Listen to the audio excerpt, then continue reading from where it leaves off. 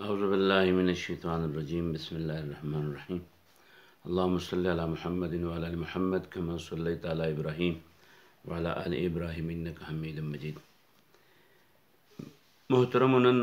د سفر وغیره د منځونو د ادا کولو مختلف مسلې چې هغه یو بل خلق ته پوسی مشکل ورته راځي، نو چې په هغې باندې یو څو مسلې زده کړو. یو خو دا چې مسافر چې 48 میل په سفر باندې وځي د خپل کور نه، د دې په حوالې باندې پرون موږ خبره کړې وه چې مسافر به بیا عام طور د 4 رکعاتو په ځای باندې منځونه چې دي نو هغه څه وکړي، دوه به کوي. دویم اجازت د مسافر دپاره دا دی چې مسافر روژه نشي نیوی. دغه شانې په منځ کې ورته دا سهولت دی چې په سفر روان دی نو د ماسپښین او د مازدیګر یا د ماښام او د ماسخوتن دا منځونه چې دي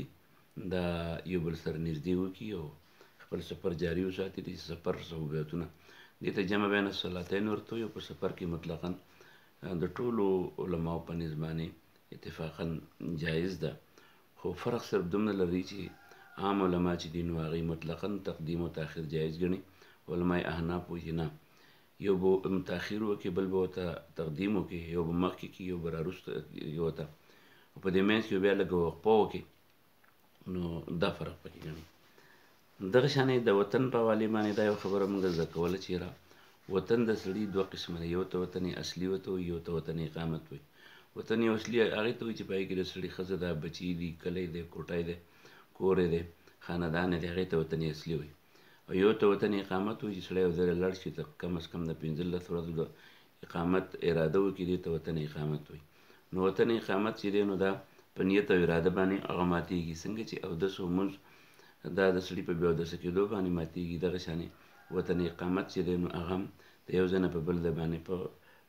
سفر باندې ماتېږي. لهذا که سړی د دې ځای نه د 15 ورځو په اراده پېښور ته لاړ شي او په پېښور کې 15 ورځې او دغه ځای نه خپل سفر ختم کړي، را روان شي اسلام آباد ته ځي، نو د دغه ځای نه بیا دا سفر اوس مات شو. چې دا سفر اوس مات شو نو دا اوس د مقیم نه دی، بلکې دی اوس مسافر دی. بیا دغه شانې یوه ښځه ده، هغه 48 میل په سفر باندې، دا بله مسله ده. 48 میل په سفر باندې د دې نه په دې 48 میل کې دننه د نه ځي نو دی یوازې هم سفر کولی شي. خو که فرض کړه دا 48 میل نه زیات ځي نو بیا به د دې سره یا روري، یا به ورسره خاوني، یا به ورسره خوریي، یا به ورسره وراري، یا به ورسره سخري، یا به ورسره پلاري، یا به ورسره بچی. د دې نه علاوه چې محرم ورسره نه وي نو دی به سفر نه کوي او سفر یې درست نه دی. نو سفر هغه سهولیات د 1 رکعت د 4 رکعاتو په ځای باندې 2 او د 2 په ځای باندې د دغه دا سنت چې دي د هغې ورته دغه کول، دا والله د محرم نه بغیر سفر کول جایز نه دي. نو په دې وجه باندې مسلمانانو میندو له او خویندو له پکار دي چې هغه د خپل ځای نه په سفر کولو کې ډېر زیات احتیاط وکړي چې غیر محرم نه. نن سبا چې کوم ماشومانې، کومې بچیانې په هاسټلو کې د یو ځای بل ځای دیني مدرسو کې، په سکولونو کې په دې کې مقیم دي، نو چې کله د دې متعلق دا امني نو مطلقاً خو علماء احناف وایي چې د دې سفر د یو ځای نه بل ځای ته 48 میل نه زیات جایز نه دی. خو د دې دور علما په هغې کې د یو ګنجایش دا راوباسي چې کله دا د دې ځای نه هاسټل ته ځي یا مدرسې ته ځي نو د هغه هاسټله پورې خو په لارې باندې دا خطره شته چې یاره د دې سره غیر محرم په سفر کې شامل شي. خو په هاسټل کې خو بیا د هغې خپل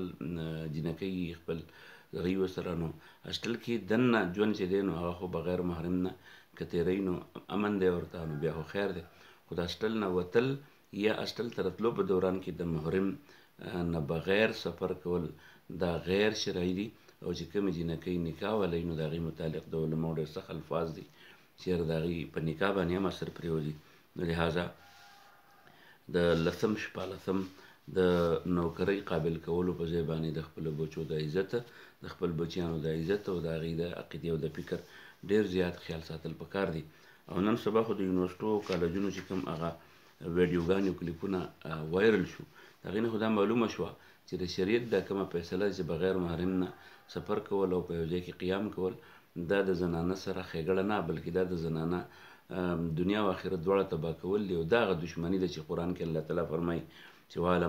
واعلموا انما اموالکم واولادکم فتنه، اموال او اولاد ستاسو دپاره فتنه ده. او بل ځای کې الله فرمایي ان من اولادکم وازواجکم واولادکم عدوا لکم فاحذروه، دا ستاسو دشمنان دي نو د خپل دپاره ځان دپاره دشمنان تیارول دي. د دې نه علاوه بله مسله دا ده چې کله بعضې خلک په یو ځای کې مقیم نه وي، لکه هغه ګډې بیزې ساتي، نن یې په تمرګره کې شپه ده او سبا یې په باجوړ کې شپه ده او بل سبا یې بیا. نو که فرض کړي په یو ځای باندې په ځنګلونو کې خیمې لګولي او 15 ورځې د اقامت نه یې وکړو، نو په دغه ځای کې خودي دغه دي مقیم دي، او که فرض کړه دا یو ځای نه خاص ځای ته ځي نو مسافر دي. خو که فرض کړه د دې همدغه طریقه ده چې د دې نه هلتې پاسه او د دې نه هلتې پاسه ځنګل کې خیمه ولګوه او د یو څو ورځو لپاره دلته کې او بیا د دې نه بل ځای ته پاڅېدل، نو دا ګوره مسافر نه دي، دا باقاعده مقیم دي. البته که د دومره لرې سفر کول غواړي چې هغه د 48 میل نه زیات وي او اراده یې هلته کې، نو بیا به دا په هغه دوران کې مسافر وي. نور عام خانه بدوش خلک چې دي دا به د اقامت مونځ کوي، دا به د سفر مونځ نه کوي. دغه شان یو سړی دی سور دی، دا بله مسله ده چې سور دی په سورلۍ کې، په ګاډي کې، په جهاز کې، په بحري جهاز کې، نو د سور په مونځ کې ریل ګاډي کې سړی سفر کوي، بس کې سفر کوي. نو زموږ عام طور د مسلمانانو دا غټ مشکل دی د دې مسلکي اختلافاتو په وجه باندې چې د ګاډو خو یو خاص ځای په هغه ځای کې ودرېږي، ځکه چې مخکې ودرېږي په هر ځای کې، نو بیا هغې ته سرکاري طور مشکل هم په لارو باندې د ډاکو شکو خطر هم د پولیسو د پرچو خطر هم نو په دې وجه هغې ځان له یو خاص ځای ټارګېټ کړی په هغه ځای کې ودرېږي. هغې نه مخکې چې ونه درېږي نو بس په سورلو کې ډېر خلک داسې مونځ ته ونه درېدو، کافر شو، مرتد شو، ګمراه شو، د مختلف فتوې لګول پرې شروع شي، اکثر په خپل منځ کې مرۍ ته یو بل ته لاس ور واچوي. نو سور چې کله په ګاډي کې روان وي نو د هغه دپاره 2-3 سهولیات دي. یو دا چې کله ته بل ځای ته د ګاډي هغه ځای ته ورسېدې کوم ځای کې چې دا اقامت یې وکړو ودرېدو هوټل دی یا چې کوم دی سرای ده، نو په هغه ځای کې خپل چې کوم مونځ د ناول شي او هغه وکړه، او بیا چې کوم مونځ وس ټایم دی هغه وکړه، ماسپښین او د مازدیګر په منځ کې، او بیا د هغې نه وروسته د ماښام او د ماسخوتن په منځ کې جمع وکړو. یو سهولت خو دا دی. خو دویمه ده چې که فرض کا یو سړی دی چې هغه بالکل صلاتین کوي نه، او د ډېرو علماو په نسبت باندې صلاتین کول چې دي نو دا انتهایی بد عمل هغې ګڼي، نو په دې وجه چې کله تا ته پته ولګېده چې د ما انتظار په وجه باندې به د ما نه مونځ قضا شي، نو په دې ګاډي کې به داسې ته په اشاره باندې کښېنه، په کښتۍ ده او که هغه ګاډی دی ریل ګاډی دی او که بس دی، نو بس په هغې کې که ولاړې پکې ممکنه وه خو په ولاړې وکړه، په ولاړې نه پرې خپل سیټ کې کښېنه او بس کوشش وکړه چې قبلې ته دې مخې هغه ځای کې نیت وتړه او بیا چې کوم طرف ته مخ کېدو په اشاره باندې خپل مونځ وکړه. خو د نورو خلکو د تنګولو د هغې د مشکل کې د اچولو په ځای باندې خپل مونځ سرته ورسوه. قبله کوم طرف ته وه، بس قبله کوم طرف ته تاوېده ستا مونځ چې دی نو هغه په دغې دوران باندې کېږي.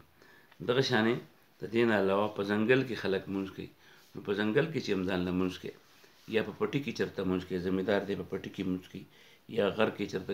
ګډبه دی هغه ګډې بولي بیزې بولي په غر کې مونځ کوي، نو هلته خو د مانځه دپاره داسې نه شي کولی چې بیزې هلتې پرېږدي او جومات له تې مانځله راشي، لازمن به په غر کې مونځ کوي، هغه به په لرې په خپل پټي کې مونځ کوي. نو که ممکنه وه سره په خوا کې یو یا 2 کسان، نو دواړه دې هلته ځان له جمع وکړي، الله به ورله د جومات د جمع په شان ثواب ورکړي. خو که ممکن ورله نه و یوازې یې مونځ کوو، نو یوازې چې مونځ کوي نو همدغه شانې داسې مونځ یې نه کوي چې ځان له صرف پټ ودرېږي، بلکې څنګه چې امام مونځ کوي ځان له دې هلته کې ودرېږي او ښه په مونځ چې کوي د امام په شانې مونځ دې وکړي، په تیزه دې الله اکبر وایي، بیا سبحان الله دې پټ وایي، بیا چې کله سبحانک اللهم، بیا چې جهري مونځ وي الحمدلله قل هو پورې دا دې ښه په جهر وایي، او بیا چې کوم ځان له نور سمع الله لمن حمده ووایي، نو داسې به نه کوي د امام په شان، ځان به مستقل امام د پیریانو نه جوړېږي، د امام یم وروسته راپسې پیریان ولري، د خپل مونځ به د امام په شانې کوي، او سمع الله لمن حمده او ربنا لک الحمد دواړه به وایي، او دغه شان ولدوالین به م وایي، امین به م وایي. په دې طریقه که په ځنګل کې مونځ هم به په دغې انداز کوي، او که دوکاندار چېرته په یو ځای کې روان دی او هغې جمع نشته او ځان له ټوکي اغوستي دي، بنګړي اغوستي دي یا بل څه سودا یې اغوستې ده په کلو کې خرڅوي، جوماتو ته نه میلاویږي، نو هغه به هم دغه شانې مونځ کوي. دغه شان ملازمین دي هغې په جوماتونو کې په کارخانې والے پرېږدي نه، په خپل منځ کې د ډوډۍ نه علاوه بله وقفه وله ورکوي نه، نو په دغې دوران کې ملازم که خپل مونځ مخکې وروسته هغې ټایم ته کې کم ټایم کې چې هغه ته وقفه میلاویږي، نو بالکل لانجې ته ضرورت نشته، حقه ټایم د هغه د مانځه دی، په حقه ټایم دی مونځ وکړي. د دې نه علاوه په جهاز کې خلک روان دي، نو په جهاز کې د جهاز ملازمین دي هغه په مختلف ټکنیکل کارونو باندې اړم دي، نو که هغې جمع کوي په جهاز کې، نو بس بیا خو به ټکنیکلټي د هغه د هغې خو خطره ده ورپکې، نو په دې وجه دوه دوه یو یو یا که ځان له ځان له په هغه ځای باندې ناست او په جهاز کې د دغه په شانې عام مسافر په شانې د خپل که فرض که دا د 48 میل لري مسافر دی، که د 48 میل کې دننه نو مقیم دی. قصر او دغه مسله خو دغه شوه، خو چې څنګه د ادا کولی شو په قضیې باندې، که په اشاره وه، که په ناستې وه، که په ولاړې وه، دا دي کې دغه شان په کشتۍ کې چې کوم خلک وي نو د هغې کشتۍ دا خو زمونږ په علاقو کې خو صرف یو ځل نیم سړی په سفر وځي، خو د بعضې خلکو کاروبار هم دغه مثلا ملازم په کشتۍ کې یا ملازم په هوایي جهاز کې، نو د هغې دپاره هم دغه ده چې یاره اقامت صلاحیت خو هلته وي نه، په ماشومان چې دي نو هغه ورسره نو په دې بنیاد باندې د هغې دپاره هم هغه داسې وختي طور شران مسافر خو نه دي. البته چېرته چې کشتۍ یا جهاز چې دی هغه ودرېدو په قضیه کې د خپل لمونځ وکړي، که د مسافر په دغه کې ولو سفر دې وکړي او که د ولاړ مقیم نو د مقیم دې وکړي. په دریاب کې خلک روان دي، دا هم یو دیني مسله ده چې په دریاب کې سړی روان دی، بحري جهاز کې روان دی، د لمونځ وخت شو، کشتۍ کې روان دی، د لمونځ وخت شو، نو څنګه چې د عام بس او د ریل ګاډي مسله وه دغه شانې دی وګوري که د ده لمونځ قضا کېدو نه، نو دی چې د کشتۍ د ودرېدو د جهاز د ودرېدو پورې دې لمونځ نه کوي، چې کله وکلتې کوز شو نو لمونځ به وکړي. خو که فرض که پته ورته ولګوي چې زما سفر دونه اوږد دی چې په دې کاران دا لمونځ بلکل قضا کېږي، نو په داسې حالت کې به بیا هغه مهرباني وکړي او په هغه کشتۍ کې په ناستې باندې ځان به ټینګ کړي او په ناستې باندې به په اشاره خپل لمونځ وکړي. هوایي جهاز چې دی د هغې د مانځه هم دقه مسله ده، عام علما چې وي هغې وي د لمونځ خو د ځمکې دپاره دی، نو په ځمکه باندې چې یو څه شته دی نو په هوا کې لمونځ کول چې دي نو دا نه دي جایز. نو د هغې د وجې نه نن سبا جهازونه چې دي نو هغه ډېر اوږد سفر کوي، نو چې اوږد سفر کوي نو اکثر لمونځ چې لاړ شي، خو د زمان هم دغه شان د دې مسلې د وجې نه یو ځل د سحر لمونځ چې دی نو زمانه په دې کې خراب شوی، نو په دې بنیاد باندې بیا اگر چې ما قضا وکړو نو دغه شانې د هر چا نه که فرض که په دې مسله باندې عمل کوي چې یاره دا په ځمکه باندې نه دی، د ځمکې سره ټچ نه دی، یوه حصې د ځمکې سره نه ده لګېدلې، نو په هوایي جهاز کې لمونځ کول چې دي نو دا جایز نه دي، نو بیا به د سړي نه لمونځونه ځي. نو په دې وجه چې په هوایي جهاز کې که په ولاړې باندې لمونځ کولی شو په ولاړې دې وکړي، که په ولاړې باندې نه او جمع کولی شو جمع دې وکړي، که جمع نه ځان له دې وکړي، خو هغه طریقې باندې دې لمونځ وکړي. که لمونځ چې په عام ګاډي کې سړی لمونځ کوي نو په هوایي جهاز کې هم لمونځ کول چې دي نو که فرض که د ده ته خطره وه چې د ما کوزېدل او بیا هلته لمونځ کولو کې به بیا زما نه لمونځ قضا شي، نو بیا دې په هوایي جهاز کې لمونځ وکړي. پایلټان چې دي نو که هغه جهاز چلوي او هغه مانځه ته دغه کېږي، مددګار پایلټ هم ورسره نشته، که مددګار ورسره خو یو به لمونځ وکړي یو به دغه وکړي، خو که مددګار پایلټ ورسره نه او یره یې چې یاره که زه اوس لمونځ کوم نو خو به لازمن کې جهاد به بیا لوېږي، نو په دې وجه باندې هغه دې هم په دغه انداز باندې ودرېږي چې که د ده ذهن دا و چې یاره زما په کوزېدو سره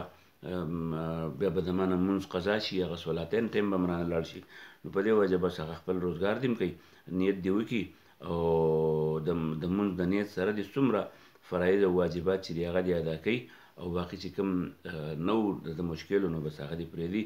نو که په اشاره باندې سر ښکته کولی پورته کولی شو او که په اشارو باندې معمولي اشارې سره خو لمونځ پرېښودل په هېڅ صورت کې چې دی نو هغه جایز نه دي. د دې نه علاوه په جهاز پکې اوازونه شروع شو او د امام تکبیر پکې نه اورېدی کېږي، لکه جهاز کې داسې موقع هم راځي چې چېرته هوا کې اوچت شي او خلک په جمع ولاړ دی، نو په دغې دوران کې چې امام څه وکړو د مقتدي دپاره هغه هم هغه شانه ټیک شو. د دې نه علاوه په بعضې علاقو کې د ټیمونو صحیح پته نه لګي، نو په هغه ټیم کې لمونځونه کول چې دي مثلا د ماښام او د ماسخوتن صحیح پته نه لګي، نو د شفق پکې صحیح پته نه لګي د غایب کېدو، نو دې سره به سړی کوي نو جواب یې دا دی چې اندازه به لګوي او د اندازې مطابق به خپل لمونځ کوي. ګړی خو نن سبا شته، اندازه به ولګوي چې د ماسپښین لمونځ څه ټیم کېږي، د خپلې اندازې مطابق که دی په دې اندازې کې غلط هم شو نو لمونځ یې خپل وشو، لمونځ دوباره یې اعاده کولو ته ضرورت نشته. دغه شانې بله مسله دا چې د پیریانو لمونځ به څنګه کوي، لکه قرآن کې خو الله تعالی وایي چې د پیریانو یو جماعت چې و نو هغوی ایمان راوړو، په هغې کې چې کوم نیک عمل وکړي او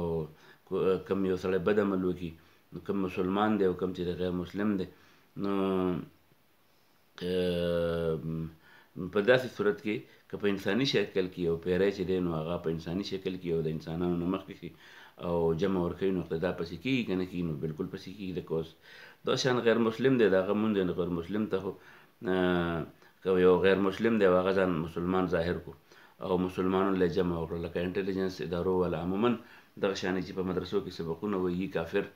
دغه شانې په جوماتونو کې امامتیانې کړي یي کافر. نو که داسې یو امام و چې هغه غیر مسلم و، خلکو له لمونځونه وکړه، بیا اودس یې وکړه، خلکو له لمونځونه کړي، نو اوس به تر څو کله چې دې ته پته نه لګېدلې دې مقتدیانو ته، نو مقتدیان خو په جمع په اودس کې دي، لهذا هغې مونځ خپل وشو او د هغې کافر مونځ خو نه دی شوی. البته چې دې ته کله پته ولګېده د هغې نه وروسته د امام ساتل، بیا دې چې دی نو د ټولو مونځونو هغې مونځونه چې ته پته لګېدلي یا پې شکیان شوي، د هغې نه وروسته چې څونه مونځونه دي هغه مونځونه ورته څه دي، ورته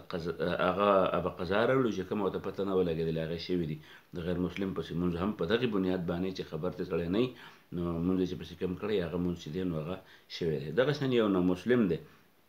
یو سړی کافر دی مسلمان شو، نو ابه د هغې وخت نه مونځ کوي، روژې پابندي به همدا کول په ده باندې فرض دي. یا یو سړی مسلمان دی او مرتد شو، یعنې د دین نه بیداره شو او څه مودې بعد چې دی بیا مسلمان شو، نو د ارتداد نه مخکې چې کوم حالت د اسلام کې د کوم منځونه کړي دي، نو د هغې منځونو د په هغې کې چې کوم قضا شوي دي نو د هغې قضا به راوړي. البته یو مسله بله ده چې په قید کې سړی که یو مسلمان دی د هر کافرو په قید کې دی، هلته کافران یو اودس وله اوبه نه راوړي مونځ وله، نو دې ته فاقد الطهورین ورته وایي. نو د دې سړي د مونځ به څه صورتحال وي؟ نو وایي که اودس اوبه نه وی نو تیمم دې وکړي، که تیمم ته هم چا نه پرېښوده لاس یې ولې تړلي دغه چل نه راته، نو بس هسې هغه په ذهن کې به راولي او د تیمم انداز به وکړي. دې ته تشبیه المصلین ورته وایي چې یاره د مونځ کوونکو په شان بدن مشابه کړي او بس هغه خپل مونځ چې دی هغه به سرته ورسوي، نو دا قیدي مونځ شو. د یرې په حالت کې چې کله دشمن سره بالکل سړی امن سام نه وي، نو د هغې لویه مسله دا ده چې یاره خلک د دوه ډلې شي، او څه خلک دې ځان له مونځ وکړي او څه خلک دې چې دی هغه پیره وکړي. خو که فرض کړه یو امام داسې چې د هغې امام پسې مونځ کول د ټولو شوق وي، نو نیم کسان دې ودرېږي او نیم کسان دې په جمع باندې ودرېږي، نیم دې دشمن طرف ته مخکې یو رکعت چې یو ډلې وکړو به لاړ شي، او بله ډله به راشي یو رکعت به هغه وکړي، نو یو رکعت یوې ډلې په امام پسې وکړو، بل رکعت بل ډلې په امام پسې وکړو، او دواړه دې بیا خپل یو رکعت پوره کړي، او په دې طریقه چې امام سلام وګرځاو د هغې نه وروسته خپل مونځ دې پوره کړي او سلام دې وګرځي. دا د یرې مونځ دی، خو د قصر مونځ به وکړي، یعنې دوه رکعته به وکړي. او که دغه ډېره زیاته وه نو علما بیا د دې یو رکعت هم وایي چې یاره یو رکعت دې وکړي خو پرېښودل به نه کوي. د دې نه علاوه بیمار سړی دی، د بیمار د سړي د مانځه دپاره دا ده چې تر څو ودرېدی شي په ولاړې دې مونځ کوي، که په ودرېدی نه شي په ناستې دې کوي، که په ناستې نه شي کولی په ملاستې دې کوي، که په ملاستې کې نه شي کولی په اشاره دې کوي، خو مونځ پرېښودل به نه کوي. سبا له به انشاءالله د جنازې د مونځو مسلې او د جنازې د مونځ کیفیت چې دی په هغې باندې به څه مسلې زده کوو. الله تعالی دې موږ له د قرآن او د حدیث او د اسلام د فقهي مسایلو د زده کولو توفیق، بیا د هغې مطابق د خپل ژوند د ترتیب کولو توفیق راکړي. واخر دعوانا الحمدلله رب العالمین.